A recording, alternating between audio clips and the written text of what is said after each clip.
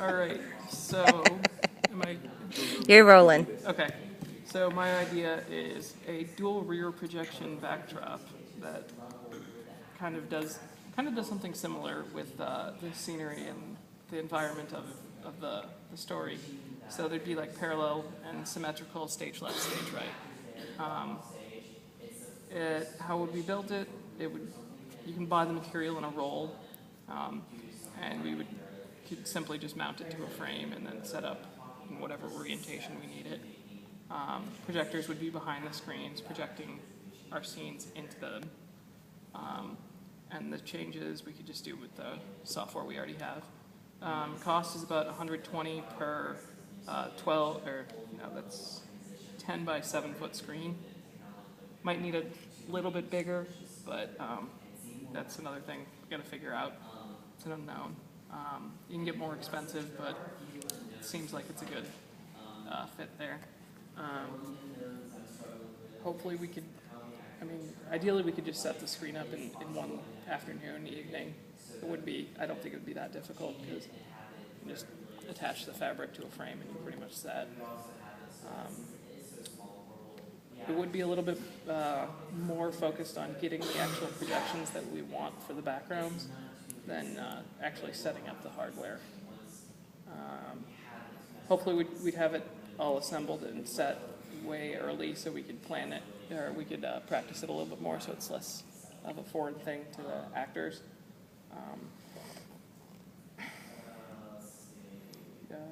The dramaturgy, it supports and enhances the story by allowing some visualization of some spoken scenes, like describing the Battle of Frog and Worm. We could simply animate that and play it, frog on one screen, worm on the other, fighting each other. I don't know. That's another thing we gotta figure out. It kind of matches with your vision of sort of balance, especially within the set. And balance on a set always looks nice anyway.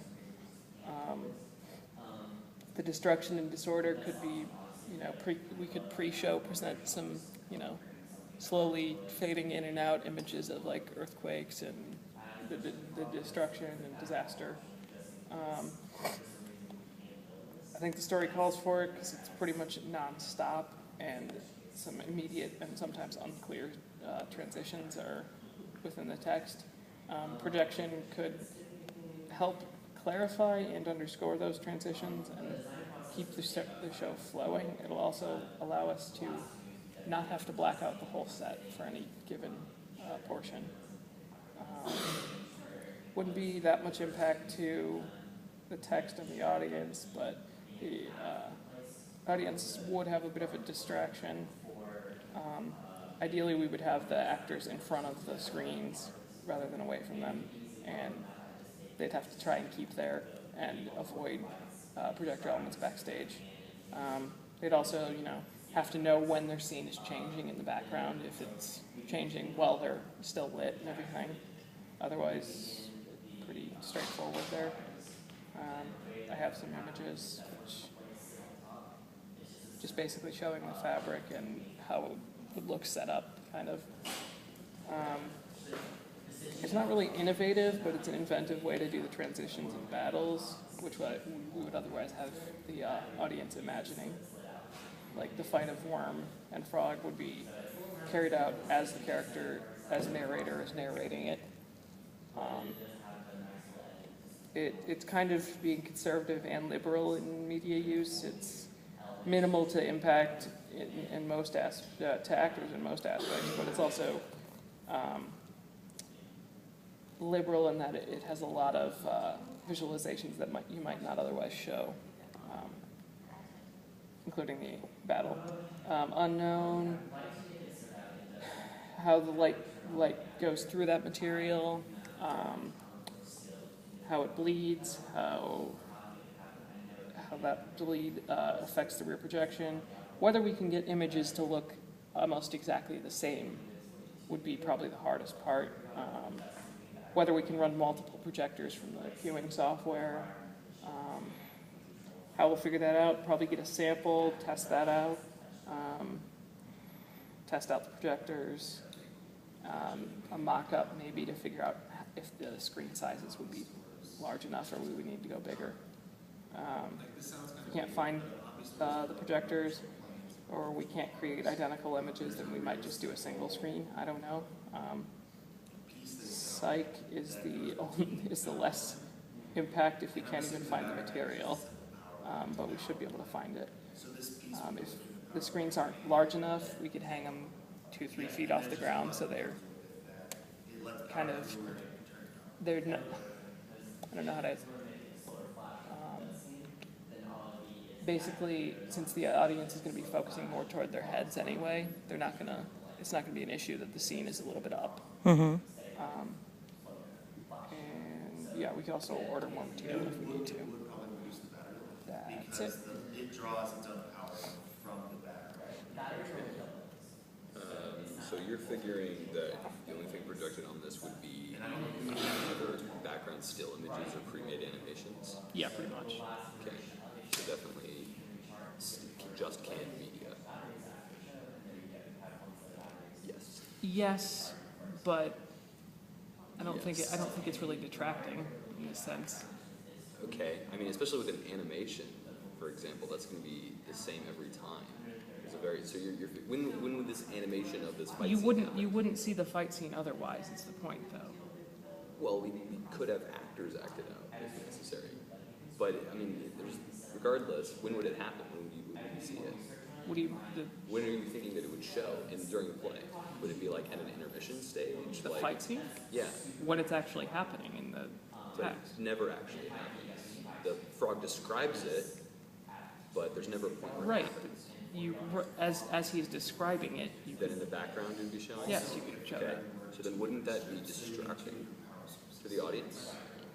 I think it would haste the dimensions. It's just It would have to be a balance, a very fine balance on that part. Absolutely. And just keeping the hierarchy thing in mind, people are more likely to be distracted by a screen than just a guy sitting in a chair talking. But why would you want to watch? Like, It's I would rather watch a screen than the guy in the chair talking. You would, it's more it's in a way it's more exciting, but it's also we got to balance it. And There's also the emotional impact, right? So the frog is talking about this, but at the same time, we have to get across the fact that he's sort of world weary at this point, that he's like clearly sort of dying. And if people are being like, oh man, look at those pretty awesome shapes going across that screen, then they won't pay attention. It could be like flickering in and out. Like, it could be. Maybe, yeah. Yeah, there's possibilities. it would be something that we'd have to really refine. That's absolutely sure. It's also that I think so Rebecca I heard somebody say something. said she really didn't want projection. Oh, really? Yeah. I didn't remember that. Yeah, that was a thing. She was like, I really hope that we get at least one which isn't projection. I don't know. Well, I mean, same question that I asked Jeremiah is that right now theater is using projection in some capacity already. So how does what we're doing advance it beyond what already exists in the way of projection? I guess that's fair. I don't know. I felt like the way that I would be doing that is how it's not. Essentially, right now it's a single screen usually, and now you have two play areas that are completely different, can interact with each other, and that's kind of what I was thinking in that respect. Okay. I think there's also the possibility of how you create the images that could be interesting if you're using some form of machinima or you're using something that isn't traditionally used in Right. theater, but you didn't address how you're going to make the projection part. You addressed what the screens are going to do. So that question, I think, would help potentially answer some of that as Yeah, well. that is. I didn't really focus as much on the art design as I focused on the technical design. But yeah, that is a good point. We would have to figure that out very in depth. And it would take time, a lot of time. Any other thoughts, comments, concerns?